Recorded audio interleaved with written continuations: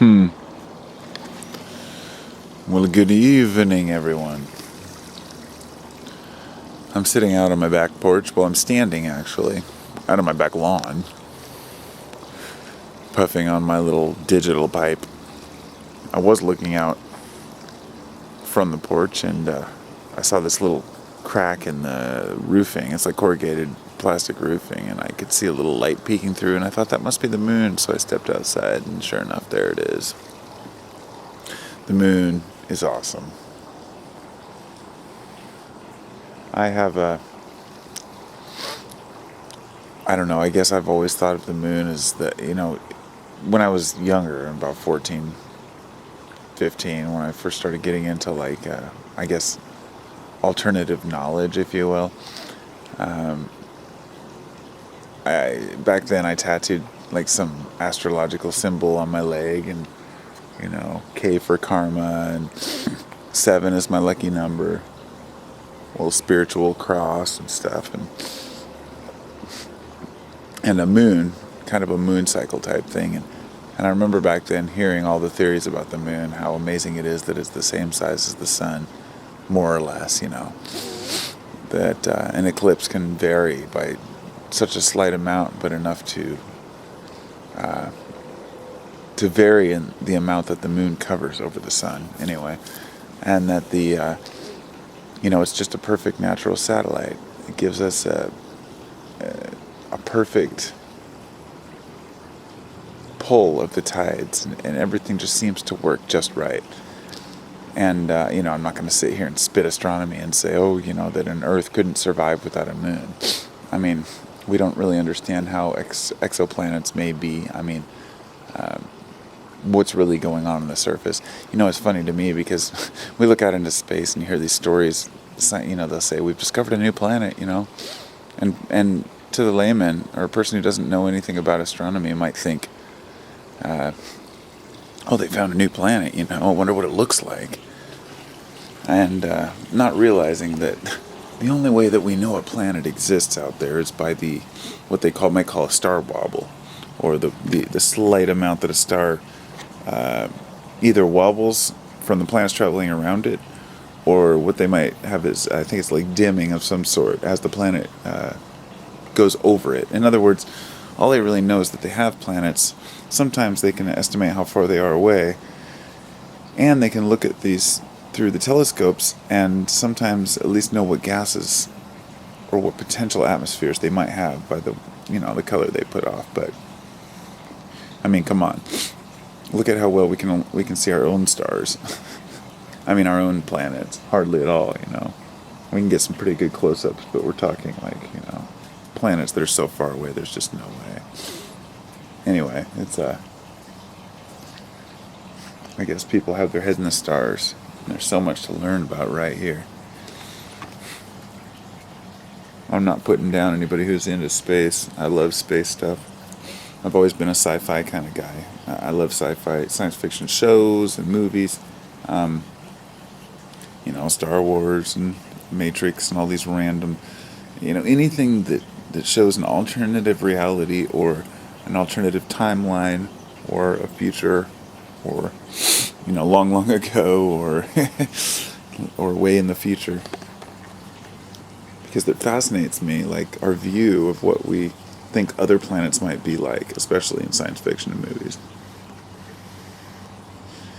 I've always, I remember when I was younger and seeing, movies like Aliens, which I always saw before Alien, of course, because I grew up in the 80s, but I remember watching that movie and asking myself, what is it that, the neighbors have these 2 German shepherds that just never shut up. They're pretty annoying, and every time my friends come over with their dogs, they just bark at them for no reason.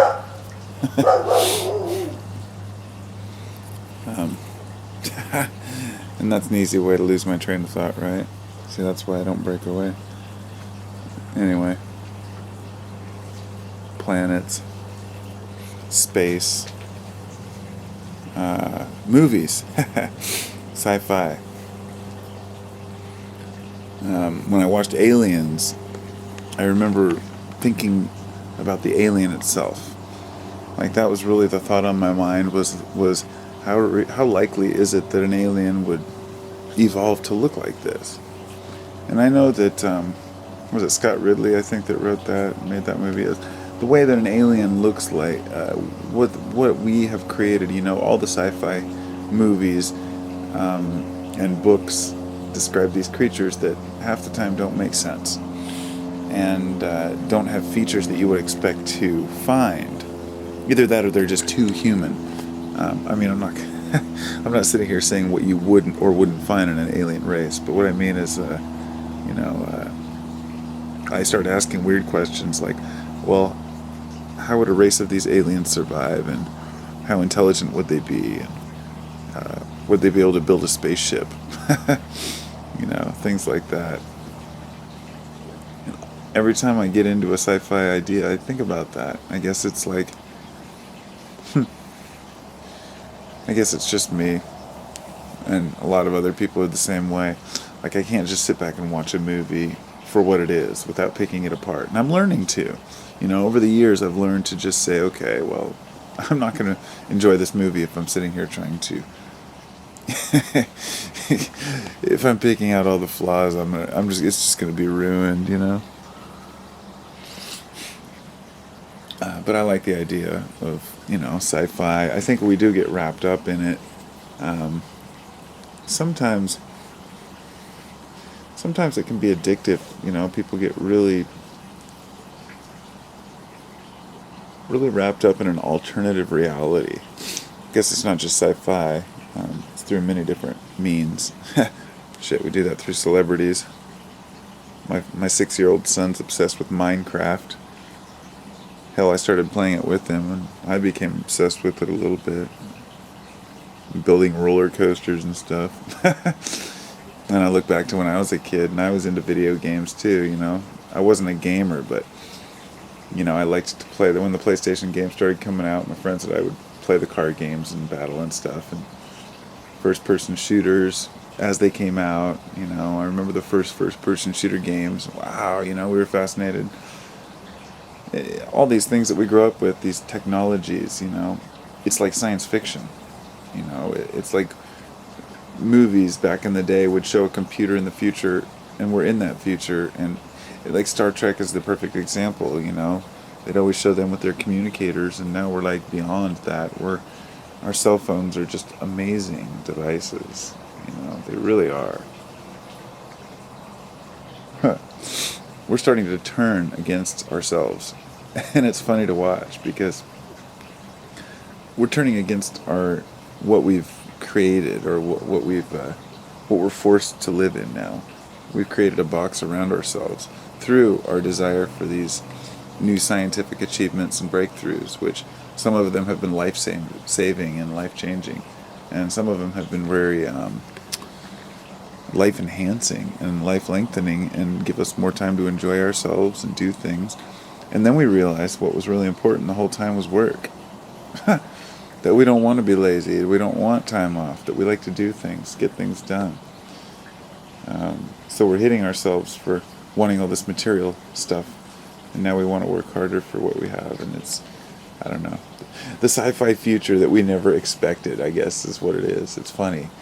All the movies from the 70s and 80s that would show the future would show these crazy high-tech civilized societies where everybody's living homogenized, and the Orwellian society, the 1984, and a lot of people say it's going that way, but the reality is we're becoming much more progressive. People want to tell you that there's more crime out there. Statistically, crime is much lower in this country than it's ever been. People want to tell you that people are less educated, or that all these different things that people are claiming are happening. The truth is it's usually the opposite.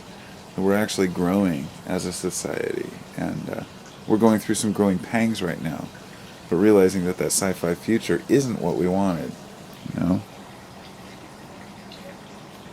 We wanted a nice, wholesome future for everyone.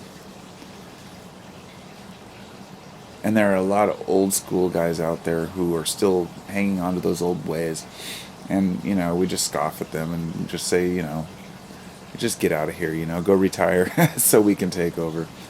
But then there are people within our generations who are just as idiotic and just non-progressive people, of course. There always will be. For example, this guy that just got, he was getting railed right now for, that pharmaceutical asshole. He's like 34 years old, and he raised, the price on this drug 5,000%. And he got called out on it because of social media, because of the network, because of the net. And it's making people more culpable. This asshole raised this thing 5,000%. And, he's one of these egotistical looking bastards who brags about, spending money. And I won't even get into he's one of those guys who just wants to live the dream at the cost of other people's health. To raise a medicine 5,000%. Went from like $13 a pill to like $700. And he claimed it was for research for new drugs. And, people like this are just sick. And when I found out that he was my age, well, younger, he's like 5 years younger than me, 6 years, I was like, Jesus, man, I expected more. And I think, was I wrong to expect more? Because sometimes I'll hear that, the old timers, they'll say, oh, the kids these days. The truth is, I respect the kids these days. They're smart. The kids these days can make shit happen and change the future into what it should be, I guess, Equality for people. Realism, understanding the world for what it is, not what we wish it would be. No more idealist bullshit. But seeing guys like that, I guess people will always be, power corrupts, and money corrupts. And on that line, that's what we thought we always wanted too, was money. And one thing is funny, that from a rich person's point of view, they can't believe that people who are poor don't want money. They really don't understand the concept. I've heard rich people say, well, poor people must want money, they must want more. A lot of people, they obtain that money and they do nothing with it. There are people who are humbly comfortable where they're at, and I'm one of them. If I had money, I wouldn't turn it down. I'd surely find something to, use it for. A way to help the world if I could, but, I have no illusions. But I don't desire that kind of money. Because if I did, I'd have it, right? I mean, isn't that what it is? You work, make an effort towards obtaining some goal or some amount of money if you want it. And, I just want to live a mediocre, happy, comfortable life, And knowing that, and knowing other people want that, that's what's important for me. To realize that most people just want that comfort, that most people aren't out to be selfish or for greed, that most people aren't out for a digital future, but that most people know that we can't just go back to farming and living off of the land as, without technology. So that's my rant for the evening, and I hope you all have a fantastic night. I'm going to go watch some mindless television now and get my mind off of real life.